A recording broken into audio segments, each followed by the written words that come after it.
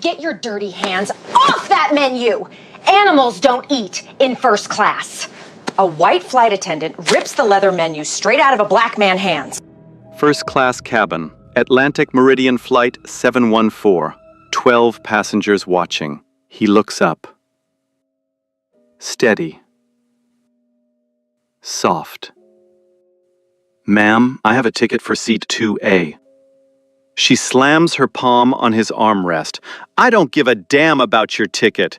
You smell like you crawled out of a Greyhound bus. She leans in, voice dripping venom. Now get your broke ass to the back of the plane before I have you dragged off in handcuffs. He sits still, hands folded, silent. She snatches a bowl of hot soup off the cart and pours it. Slow, steady, eyes locked on his, straight down his face. He wipes the broth from his eyes, pulls out his phone, makes one call. That call ended her career, her name, her whole life, gone before the wheels touched the ground. 5:45 in the morning, Atlanta. The sun hasn't cracked the skyline yet. Inside a penthouse in Buckhead, the only sound is water hitting the bottom of a steel kettle. Calvin Harris stands barefoot in his kitchen, pour-over coffee, Ethiopian roast. He watches the dark stream spiral into the glass, slow and patient. The whole room smells like earth and smoke. No butler, no chef, no assistant hovering with a clipboard. Just a man and his coffee. The penthouse is clean, minimal. Floor-to-ceiling windows frame the Atlanta skyline like a painting nobody paid for. Bookshelves line the far wall, biographies, engineering manuals, a worn copy of Meditations by Marcus Aurelius. No trophies, no framed magazine covers, nothing that screams, "Look at me." Calvin is 42 years old, black. Grew up in a one-bedroom apartment in South Atlanta where the heat cut out every February. His mother worked 2 jobs. His father left before he could remember the man's face. Now he owns Pinnacle Dynamics, Fortune 500, tech and defense contracting, government clearance. Pentagon contracts, net worth sitting somewhere north of $2 billion. But you wouldn't know any of that by looking at him. He irons his own shirt, charcoal Henley, dark slacks, clean white sneakers, no Rolex, no chain, no designer label anywhere on his body. He dresses like a man who has absolutely nothing to prove, because he doesn't. His phone buzzes on the marble counter. Derek Moore, Chief of Staff, former Army logistics officer, the one person Calvin trusts with everything. Morning. The Pentagon brief is confirmed for 3 o'clock. I'll meet you at Dulles. Calvin takes a sip of coffee. The cybersecurity contract? $900 million. You're the front runner. DOD wants final sign-off face-to-face. Good. See you on the ground. He hangs up, grabs his leather carry-on. 1 bag. That's all he ever travels with. Before he walks out the door, he catches his reflection in the hallway mirror. A black man in a Henley and sneakers. No entourage. No security. No sign hanging around his neck that says billionaire.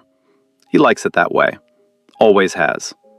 The loudest person in the room is never the most powerful one. Hartsfield-Jackson Atlanta International Airport, 7:15 a.m. The busiest airport in the world, and it sounds like it. Rolling luggage clattering on tile. PA announcements echoing off concrete. The smell of Chick-fil-A drifting from the food court. Crowds moving in every direction like a river splitting around rocks. Calvin moves through it all like water. No rush, no fuss. Boarding pass on his phone.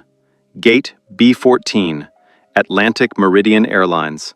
Flight 714, Atlanta to Washington Dulles. First class. He boards early. The first-class cabin is small and quiet. 12 seats, 3 rows of 4. Polished wood trim along the overhead bins. leather headrests, warm towels folded on armrests, the hum of the auxiliary engines underneath everything like a heartbeat.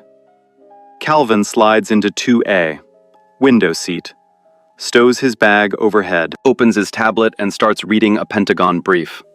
Just another Tuesday. The man in 2B, white, mid-50s, polo shirt, jeans, loafers, is already settled in. He's browsing a golf magazine. Looks like every other executive on every other Tuesday morning flight. Nothing remarkable about him. Then she appears. Brenda Wilson, senior flight attendant, first-class cabin. Blonde hair pinned tight under her cap. Uniform pressed sharp enough to cut glass. A smile stretched across her face like it was painted on with a ruler. Wide, bright, and completely hollow behind the teeth. She stops at 2B, the man in the polo. "Good morning, sir. Welcome aboard. Can I start you with some champagne? We have a lovely brute today." Her voice is warm, musical, like she's greeting an old friend at a country club brunch. He nods. She pours. They laugh about something, the weather, the flight time. She touches his shoulder lightly before she moves on. Then she turns to 2A, Calvin. The smile doesn't fade. It collapses, like someone pulled a plug. Her eyes start at his sneakers, travel up to his Henley, linger on his hands, then his face. She doesn't say good morning. She doesn't offer champagne. She doesn't touch his shoulder. She looks at his boarding pass, then back at him. "Are you sure you're in the right cabin?" Her voice is flat, cold. The warmth she gave 2B is gone like it never existed.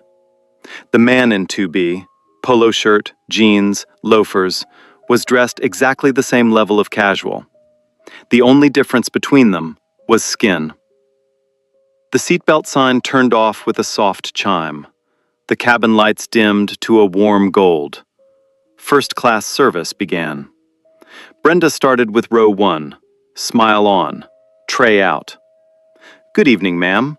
Tonight we have a seared salmon with lemon butter, or the braised short rib with roasted garlic mash.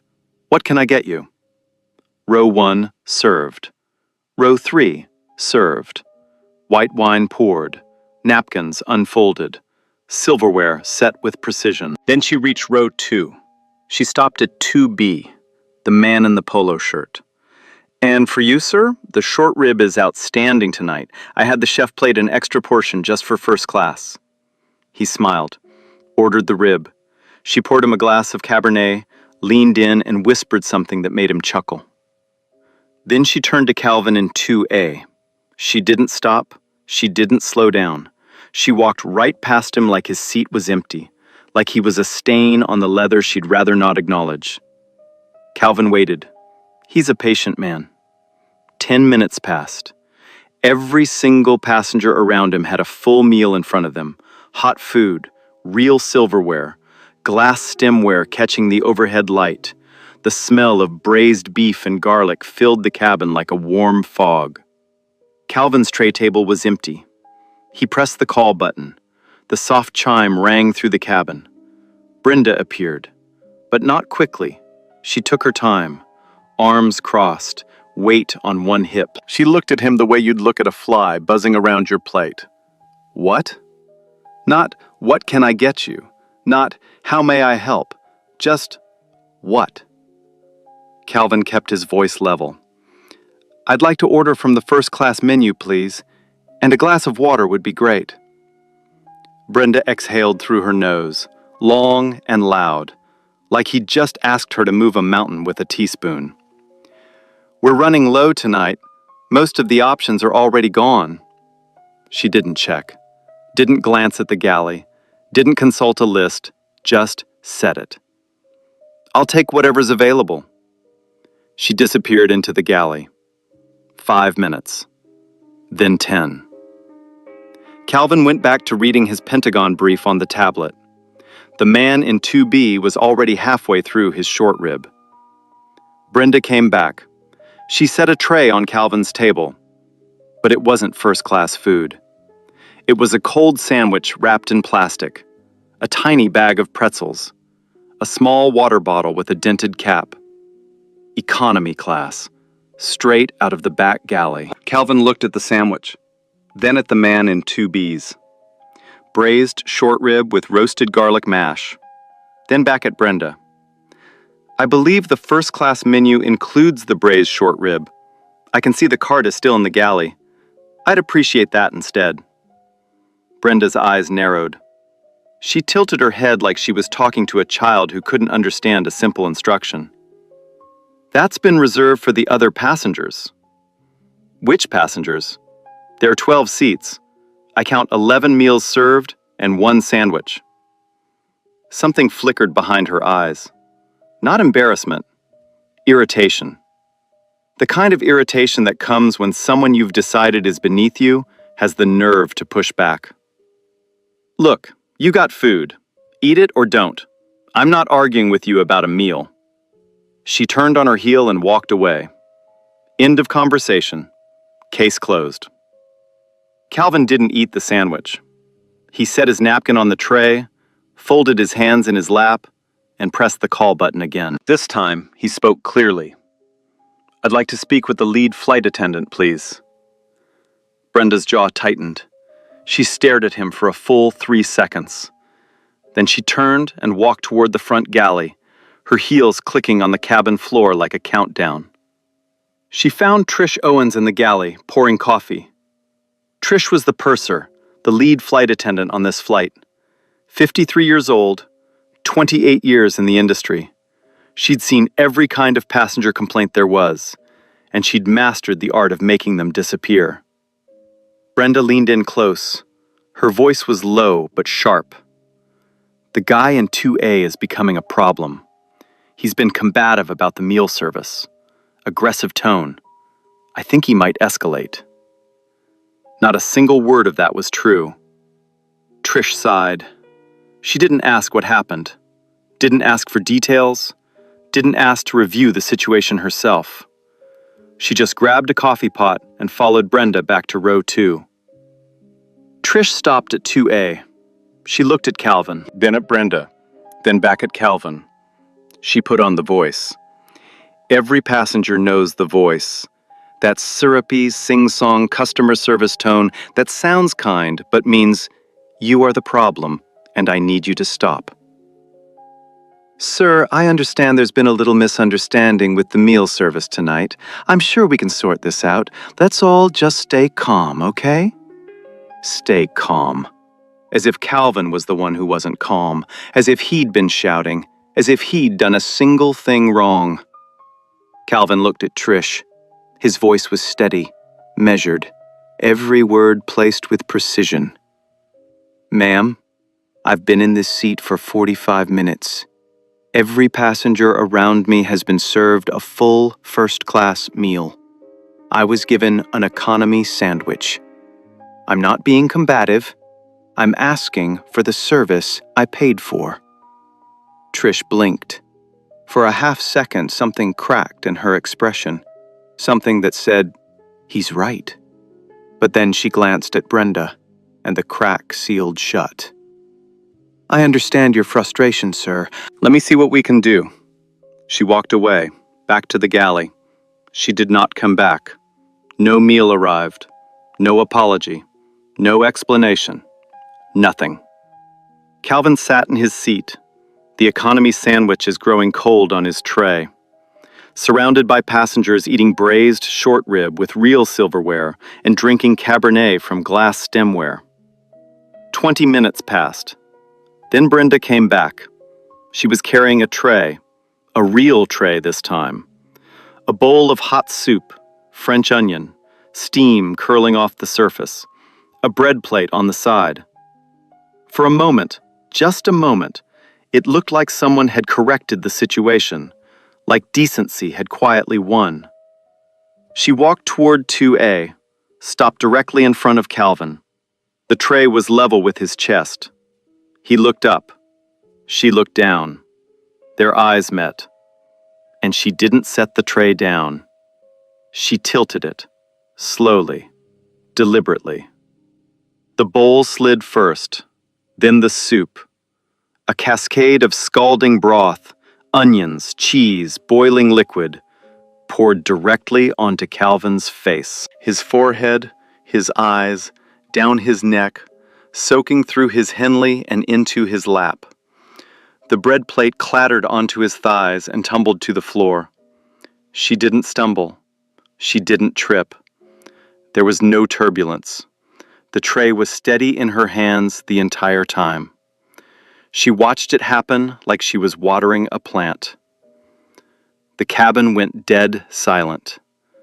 The hum of the engines was the only sound left. 12 first-class passengers frozen in their seats. The man in 2B had his fork suspended halfway to his mouth. A woman in row 1 pressed her hand over her lips. A businessman across the aisle gripped his armrest so hard his knuckles turned white. Nobody spoke. Nobody moved. Brenda looked down at Calvin, soup dripping from his chin, broth pooling in his lap, steam still rising from his chest, and she opened her mouth. "Get your filthy ass out of this cabin. You don't belong here. You never did. People like you should be in the cargo hold, not first class." Her voice carried through the entire cabin, clear, loud, unhurried, like she wanted every single person to hear. A woman in row 3 had her phone in her lap.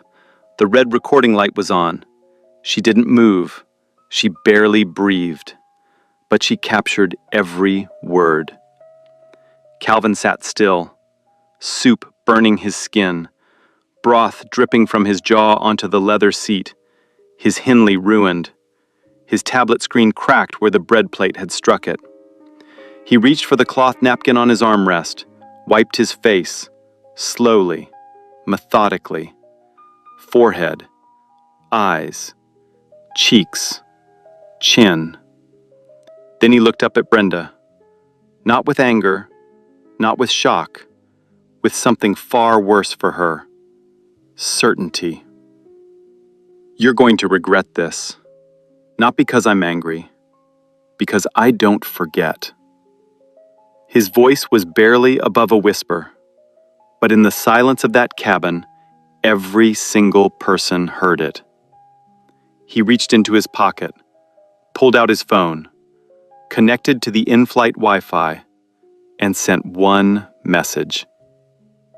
Brenda didn't back off. She accelerated. Within 60 seconds of pouring that soup, she was already at the cockpit interphone. She pressed the button, waited for the click, and spoke in a voice designed to sound scared. The kind of scared that makes men with authority act first and ask questions never. "Captain, this is Brenda in the first-class cabin. I need to report a passenger disturbance. Seat 2A. He's been verbally aggressive toward the crew. He threatened me directly. I believe he may become physically violent. I'm requesting law enforcement to meet the aircraft upon arrival." Every word was a lie. Carefully constructed, perfectly delivered. She'd done this before. Not the soup, but the framing, the performance. The damsel voice that turns a calm black man into a threat with one phone call. The captain's voice crackled through the interphone. "Understood. I'll notify dispatch. Keep me updated." Brenda hung up. She smoothed her uniform, straightened her collar, took a breath, and walked back into the first-class cabin with the posture of a woman who had just won a war. She stopped at row 2, looked down at Calvin, still seated, still soaked in soup, still silent, and announced it loud enough for every passenger to hear. "Sir, the captain has been notified about your threatening behavior. Authorities will be waiting for you at the gate when we land." She said it like a verdict, like a sentencing, like she wanted the entire cabin to understand that this man, this quiet, soup-drenched, motionless man, was the danger here. Calvin said nothing. He was typing on his phone. His face was still damp, His shirt was ruined. He didn't look up. But the man in 2B did. He turned to Brenda with a slight frown. "Excuse me, I've been sitting right here the whole time. He didn't threaten anyone." Brenda's head snapped toward him. The warmth she'd shown him earlier? Gone. Replaced by something cold and territorial. "Sir, please don't involve yourself. This is a crew matter. For your own safety, I'd ask you not to engage with this passenger." The man in 2B opened his mouth, then closed it. He looked at Calvin. Calvin didn't look back. The man turned to face forward and said nothing else. That's how it works. You don't have to silence everyone. You just have to silence one person in front of everyone else. The rest take the hint. The cabin went quiet again. The kind of quiet that feels heavy. The kind where people stare at their tray tables and pretend they can't see what's happening 3 feet from their face. Brenda wasn't done. She opened the overhead bin above Calvin's seat and pulled out his leather carry-on bag, the one he'd stowed himself. She held it by the strap like it was contaminated. "This bag needs to be relocated to the rear of the aircraft. Weight distribution." Weight distribution. On a bag that weighs 8 pounds, in a cabin with 12 passengers. She didn't touch anyone else's luggage. Calvin looked up for the first time. "That's my bag." "I'm aware. It's being moved for safety reasons. Crew discretion." She carried it to the back of the plane, tossed it into an overhead bin in row 32, economy, between a crumpled blanket and someone's backpack. When she returned, she positioned herself in the aisle, 3 feet from Calvin's seat, arms crossed, feet planted, chin up. She stood there like a prison guard watching an inmate, not serving, not working, just watching him.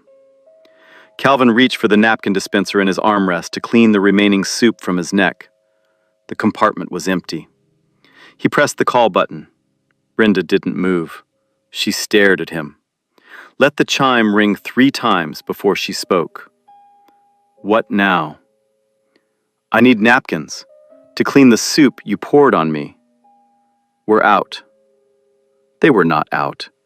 There was a full stack of cloth napkins in the galley cart, 6 feet behind her. He could see them from his seat. The man in 2B reached into his own armrest, pulled out a cloth napkin, and held it toward Calvin. A small gesture. A quiet one. Human. Brenda stepped forward instantly. "Sir," her voice cracked like a whip, "I told you, do not engage with this passenger. If you continue to interfere with a crew safety matter, I will have to report you as well." The man pulled his hand back. The napkin disappeared. He looked down at his tray and didn't raise his eyes again for the rest of the flight. Calvin sat in his soup-stained shirt for the next 90 minutes. The broth dried on his skin. The smell of onion and cheese settled into the leather of his seat. Nobody brought him water. Nobody brought him napkins. Nobody looked him in the eye. Brenda circled his row every few minutes, arms crossed, staring. She wanted him to feel it. The weight of being watched. The suffocation of being trapped in a metal tube at 35,000 feet with a woman who hated you and a cabin full of people too afraid to say a word. But Calvin wasn't thinking about Brenda. He was thinking about the message he'd sent. That single message went to Derek Moore. It read, "Derek, pull the Atlantic Meridian Airlines file. Now." Derek responded in 40 seconds. "The airline? What happened?" Calvin typed back. "Pinnacle Dynamics holds a 42% stake in their parent holding company. Their senior flight attendant just poured a bowl of hot soup on my face in first class and told me to sit in the back. She's now reported me to the captain as a threat. Get legal, investor relations, and PR on a call within the hour. I want a full response team at the gate when we land at Dulles." Derek's reply was 3 words. 2 hours 15? 2 hours 15. They won't know what hit them. This is the part the audience needs to understand. Brenda Wilson didn't just insult a passenger. She didn't just humiliate a man. She poured hot soup on the face of the man whose company owns the airline she works for. 42%. That's not a minor shareholder. That's the majority stakeholder. Calvin Harris has more say in the future of Atlantic Meridian Airlines than its own CEO. And she told him to sit in the back. While Calvin sat motionless in seat 2A with dried soup cracking on his skin, the ground was already shifting beneath Brenda's feet. Derek Moore didn't waste a single minute. He activated every lever Pinnacle Dynamics had, and they had all of them. The legal team drafted a formal demand letter to Atlantic Meridian's board of directors, not to customer service, not to HR, the board, the people who answer Calvin's money. PR prepared a preliminary public statement, controlled, factual, devastating. Investor Relations contacted the board directly with a 3-word message: "We need to talk." When Pinnacle Dynamics says that, people don't finish their coffee. They pick up the phone. Derek personally called the DC Metro Police. He filed an assault complaint against Brenda Wilson. He requested 2 officers at Gate C22 at Dulles, not for Calvin, for her. Then he called Garrett Sullivan, CEO of Atlantic Meridian Airlines. Garrett was in his corner office in Dallas, halfway through a quarterly earnings review. Derek's call interrupted everything. The message was simple, clinical, and the worst phone call Garrett Sullivan had ever received. Meanwhile, at 35,000 feet, Brenda was in the galley, leaning against the beverage cart, laughing with a junior crew member. You should have seen his face, soup dripping everywhere. I told him to get his filthy ass to the back where he belongs. She mimed the tray tilt, giggled. Some people just don't get it. First class isn't for everyone. She checked her reflection in the stainless steel of the coffee machine, straightened her cap, smiled at herself. She had no idea that the badge she was wearing would be confiscated before she made it through the jet bridge, that the police she'd called for Calvin were now waiting for her. Every word she'd said, every action she'd taken, had been recorded by at least 2 passengers and a cabin security camera. She had no idea about any of it, but she was about to find out. Garrett Sullivan was sitting behind a mahogany desk in Dallas when the call came through. He picked up on the second ring. The voice on the other end wasn't Calvin Harris. It was Pinnacle Dynamics General Counsel, a woman named Catherine Blake. Harvard Law. 22 years of corporate litigation. She didn't do small talk. She didn't do pleasantries. She did damage. Mr. Sullivan, I'm calling on behalf of Calvin Harris, CEO of Pinnacle Dynamics, your company's largest institutional investor. 42% stake in your parent holding company. Garrett leaned forward. His coffee stopped halfway to his mouth. This morning on Atlantic Meridian, Flight 714 from Atlanta to Dulles, your senior flight attendant, Brenda Wilson, deliberately poured a bowl of hot soup onto Mr. Harris's face in your first-class cabin. She then made racially targeted remarks in front of 12 passengers. She then filed a false report to the captain, claiming Mr. Harris was aggressive and threatening. None of that was true. Multiple passengers witnessed the entire incident. At least 2 have video recordings. Your own cabin security camera will confirm everything. Garrett set the coffee down. His hand was shaking. Catherine continued. Her voice never changed pitch, never wavered, like reading a death certificate. Pinnacle Dynamics is prepared to take the following actions if Atlantic Meridian does not respond immediately. 1. Full divestment of our 42% stake. That's approximately $1.8 billion withdrawn from your company's valuation overnight. 2. Termination of all corporate travel contracts between Pinnacle and Atlantic Meridian, valued at $30 million annually. 3. A public statement released to every major news outlet in the country, detailing exactly what happened on that flight. Silence on the line. Garrett's face had gone white. His CFO, who had been sitting across the desk reviewing spreadsheets, looked up and mouthed, "What's wrong?" Garrett didn't answer him. He couldn't. "Mr. Sullivan, you have until that plane lands to make a decision.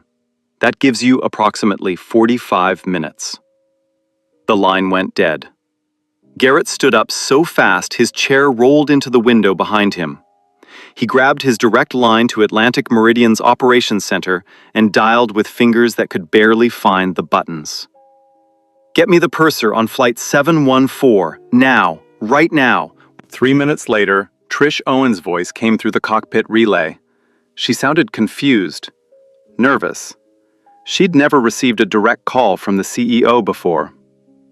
"Ms. Owens, tell me exactly what happened in the first-class cabin today. Every detail. Do not leave out a single word." Trish hesitated.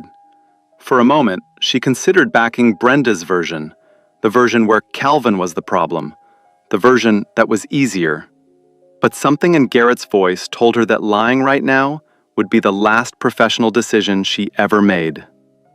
So she told the truth, for the first time that day. Brenda refused to serve the passenger in 2A. She gave him economy food while everyone else received the first-class meal. Then she carried a bowl of soup to his seat and poured it on him. Deliberately, I saw it. She told him he didn't belong in first class. She used language I don't want to repeat, sir. Then she called the captain and told him the passenger was threatening her. He wasn't. He never raised his voice. Not once. Garrett closed his eyes. "And what did you do, Miss Owens?" Silence. "Miss Owens, what did you do?" "Nothing, sir. I didn't do anything." That was the worst answer she could have given, and it was the most honest one. Garrett hung up. He made 4 calls in the next 10 minutes. Atlantic Meridian's head of HR, the chief legal officer, the VP of corporate communications, and finally, Derek Moore, who answered on the first ring. "Mr. Moore, this is Garrett Sullivan. I want you to know that Atlantic Meridian is taking immediate action, full and unconditional." Derek's voice was calm. "Good, because we've also contacted DC Metro Police. Officers will be at gate C-22 when that plane lands. And Mr. Sullivan, they're not there for our client." Flight 714 began its descent into Washington Dulles at 11:47 a.m. The captain made an announcement that no one expected. "Ladies and gentlemen, upon arrival, please remain in your seats until the crew provides further instructions. Thank you for your patience." Brenda heard the announcement from the galley. She smiled. She assumed this was about Calvin, about the threat she'd reported. She straightened her uniform, smoothed her hair, practiced the professional, concerned expression she'd wear when the officers boarded and she'd point them toward seat 2A. She walked back into the cabin and positioned herself near the forward door, arms folded, chin up, ready to watch the show. Calvin was still in 2A, still calm, still quiet. His shirt was stained. His skin still smelled like French onion soup. But his eyes were clear. His phone was in his pocket. His hands were folded. He wasn't watching Brenda, he was watching the window, the Virginia landscape rising toward them, the Potomac River catching sunlight below. He knew what was waiting at that gate. She didn't. The wheels hit the tarmac. The cabin jolted. The engines roared into reverse thrust. The plane slowed, turned, and began its long taxi toward the terminal. Brenda took a deep breath, checked her reflection in the galley window one last time, straightened her name badge. The jet bridge connected with a heavy metallic thud. The cabin door opened, and everything Brenda Wilson thought she knew about this day, about this flight, about this passenger, about her own future, ended in the next 60 seconds. The cabin door swung open. Brenda stepped forward first. She always did. Senior attendant privilege. She liked being the face that greeted whoever was on the other side. But today, the other side greeted her.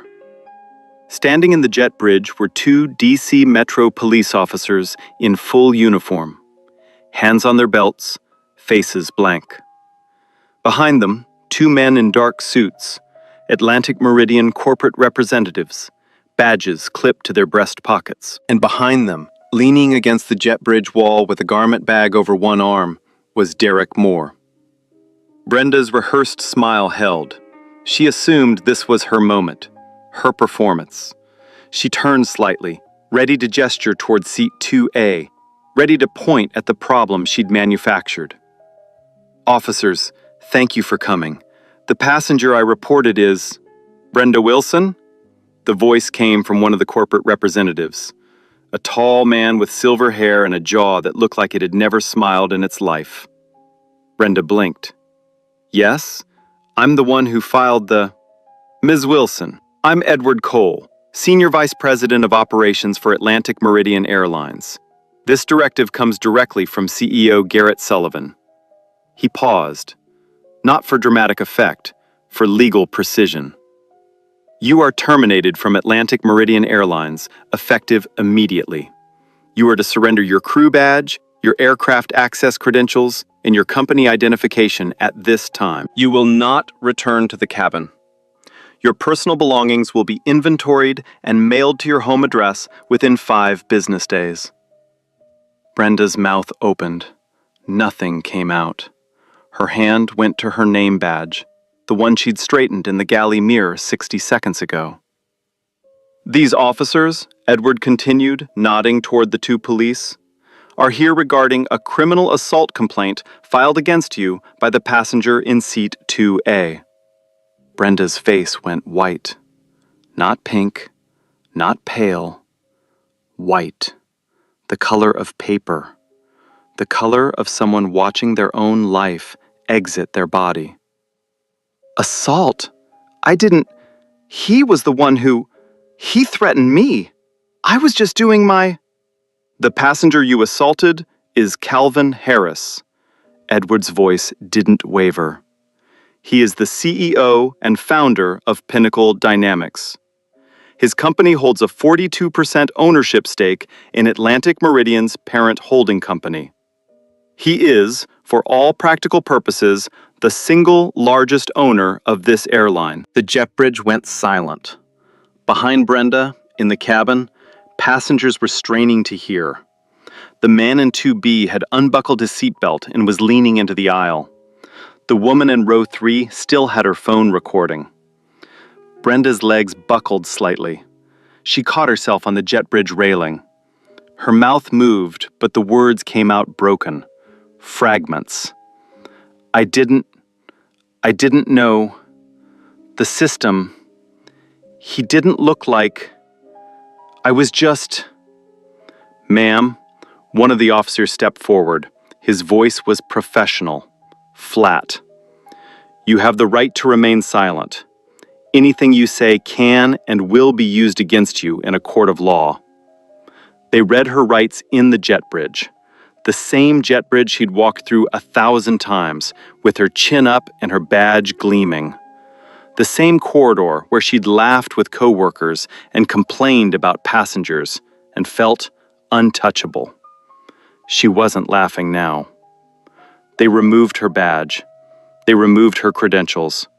They placed her hands behind her back. The handcuffs clicked shut, a small, precise sound that echoed off the metal walls of the jet bridge like a period at the end of a sentence. Brenda Wilson was escorted off the jet bridge and into the terminal, past the gate agents, past the boarding area, past a group of passengers waiting for the next flight who stared and whispered and took photos with their phones. She didn't look up, not once. Back on the plane, Trish Owens stood in the galley, gripping the edge of the beverage cart. Her face was gray. Edward Cole turned to her. Ms. Owens, you are suspended pending a full internal investigation. You will be contacted by HR within 24 hours. Please collect your personal items and deplane. Trish nodded. She didn't speak. She couldn't. Calvin was the last passenger to leave the aircraft.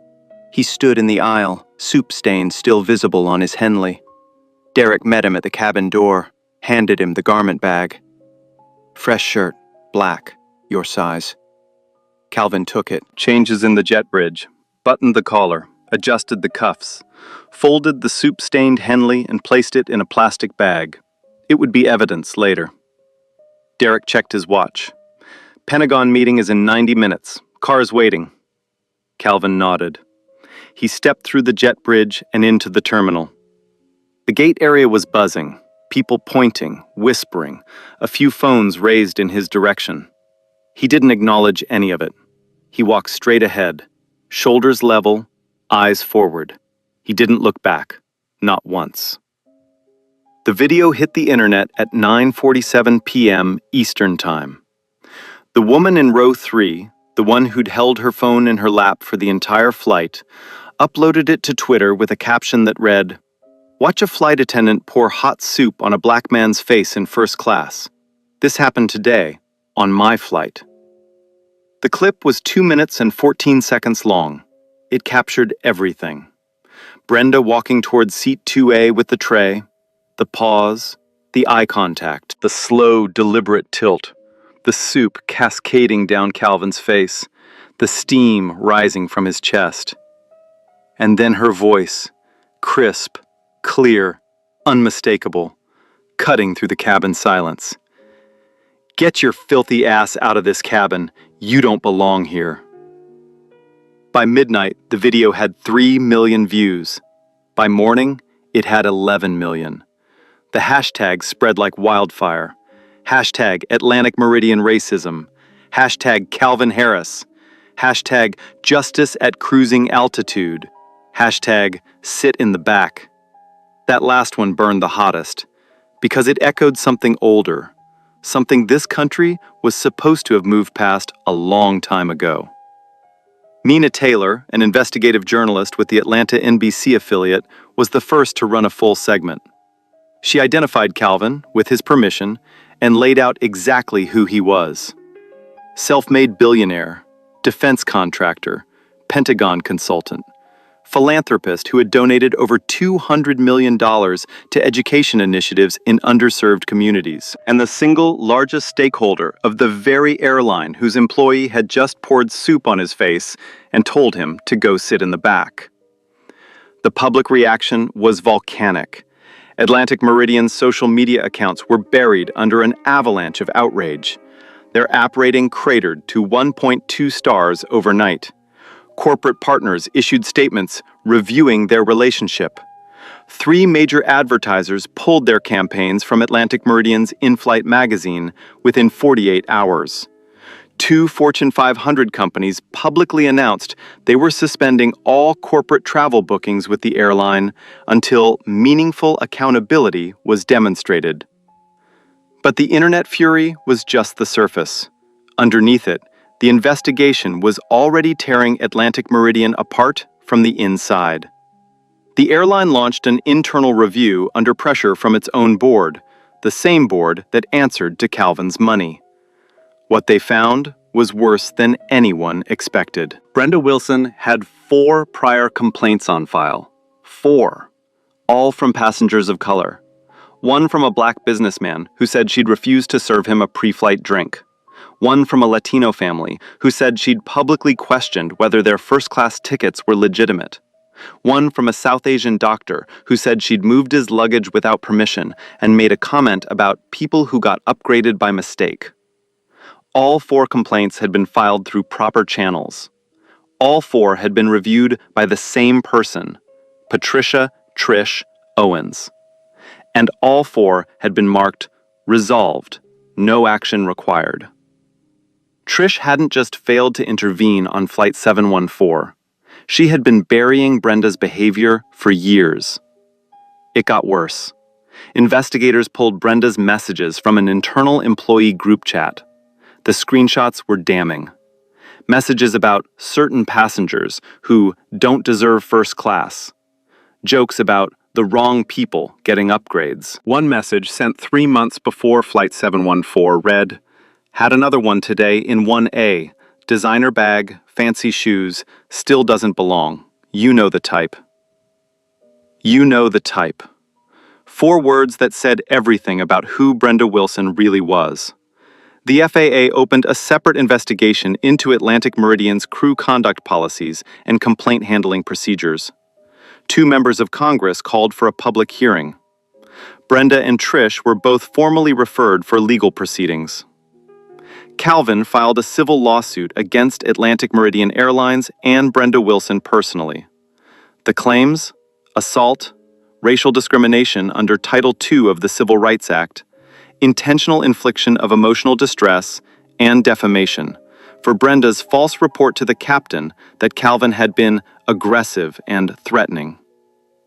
The district attorney's office in Virginia filed criminal assault charges against Brenda. Her attorney, a low-cost defense lawyer she found online, built a case that crumbled before it started.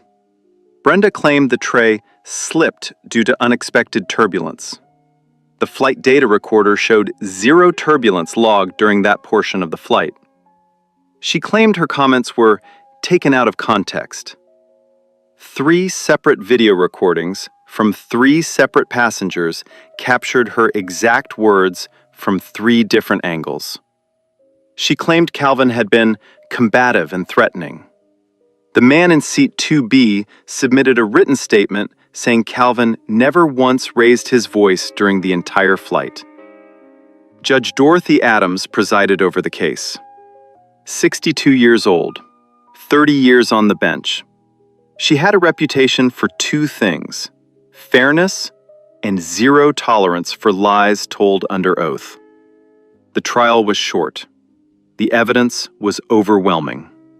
The cabin security camera footage was played in court.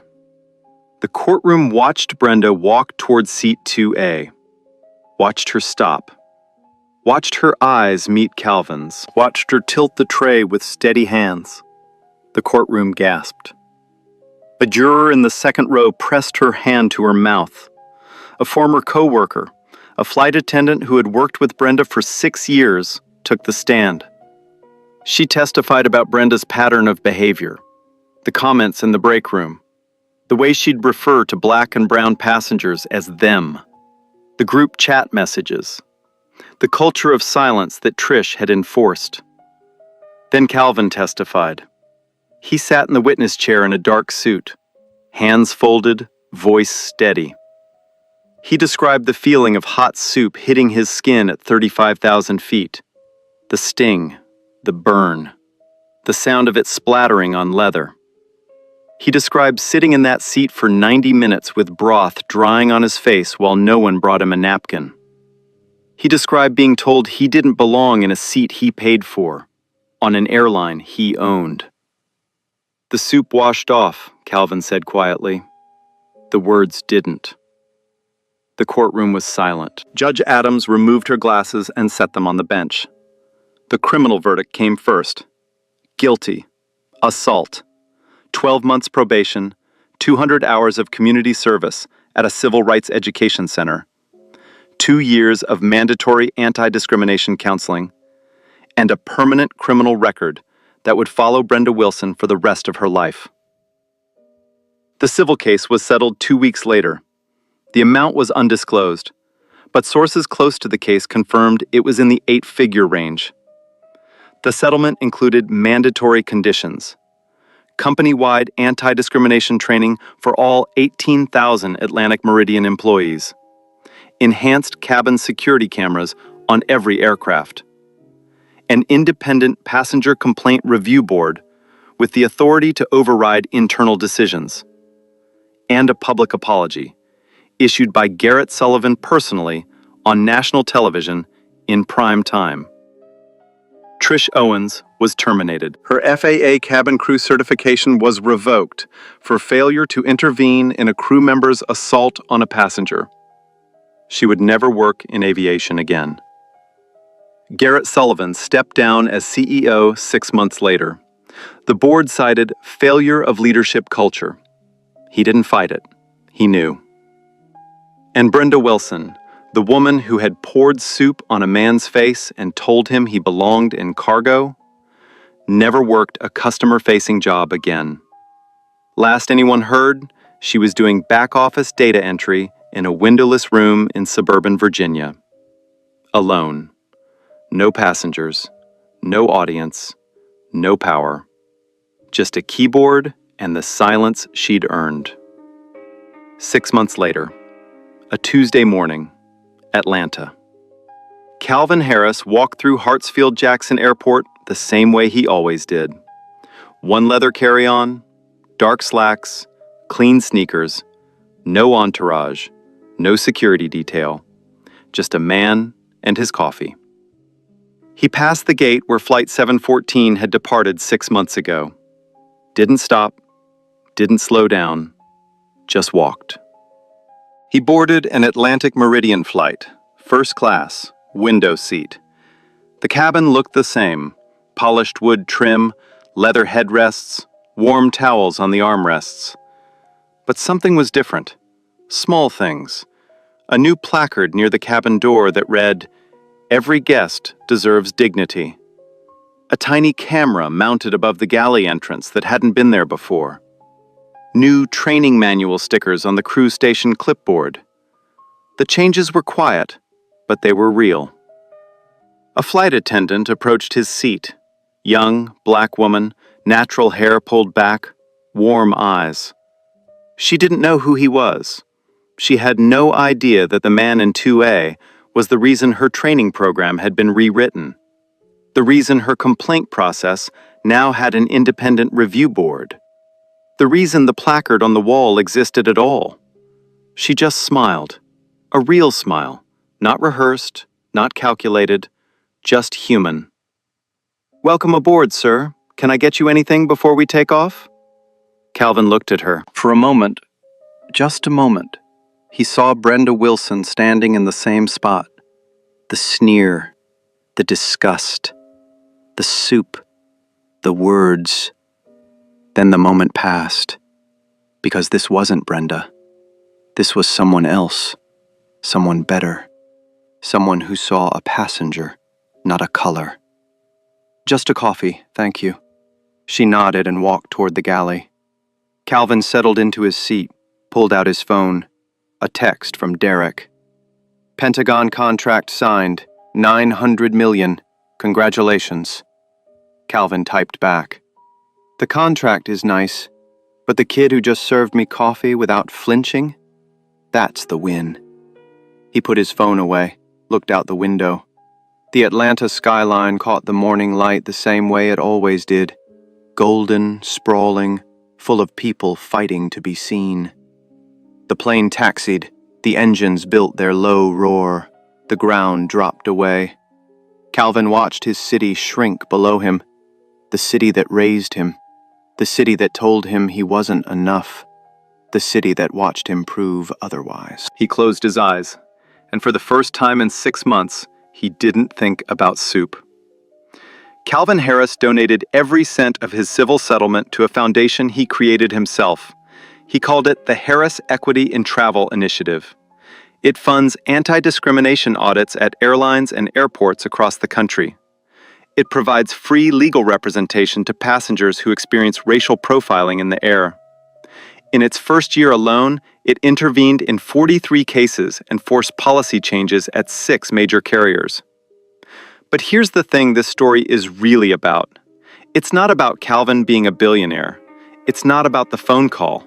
It's not about Pinnacle Dynamics or 42% ownership stakes or 8-figure settlements. It's about the fact that it took all of that power, all of that money, all of that leverage for one man to get basic human dignity on an airplane. Calvin Harris had the resources to fight back. Most people don't. Most people sit in that seat with soup on their face and no one to call. No billion-dollar company. No legal team. No leverage. Just the silence of a cabin full of people who saw everything and did nothing. That's the part that should keep us up at night. Not that Brenda Wilson existed. People like Brenda will always exist. The part that matters is that an entire cabin watched it happen, and only one person, hiding a phone in her lap, did anything at all. So here's my question for you, and I want you to be honest. If you were sitting in seat 2B, right next to Calvin, close enough to feel the heat from that soup, would you have spoken up? Would you have stood up? Or would you have looked down at your tray and stayed quiet, like everyone else? Drop your answer in the comments. I want to hear it. And if this story made you feel something, if it made you angry, or sad, or hopeful, or all three at once, hit that like button. Share it with someone who needs to hear it. And if you're not subscribed yet, now's the time. Hit subscribe. Turn on notifications, because these stories aren't stopping. Because at the end of the day, justice isn't just about what happens in a courtroom. It's about what happens at 35,000 feet, in a restaurant, at a traffic stop, in every space where someone decides another person doesn't belong based on how they look. The question is never whether it happens. The question is whether we let it slide.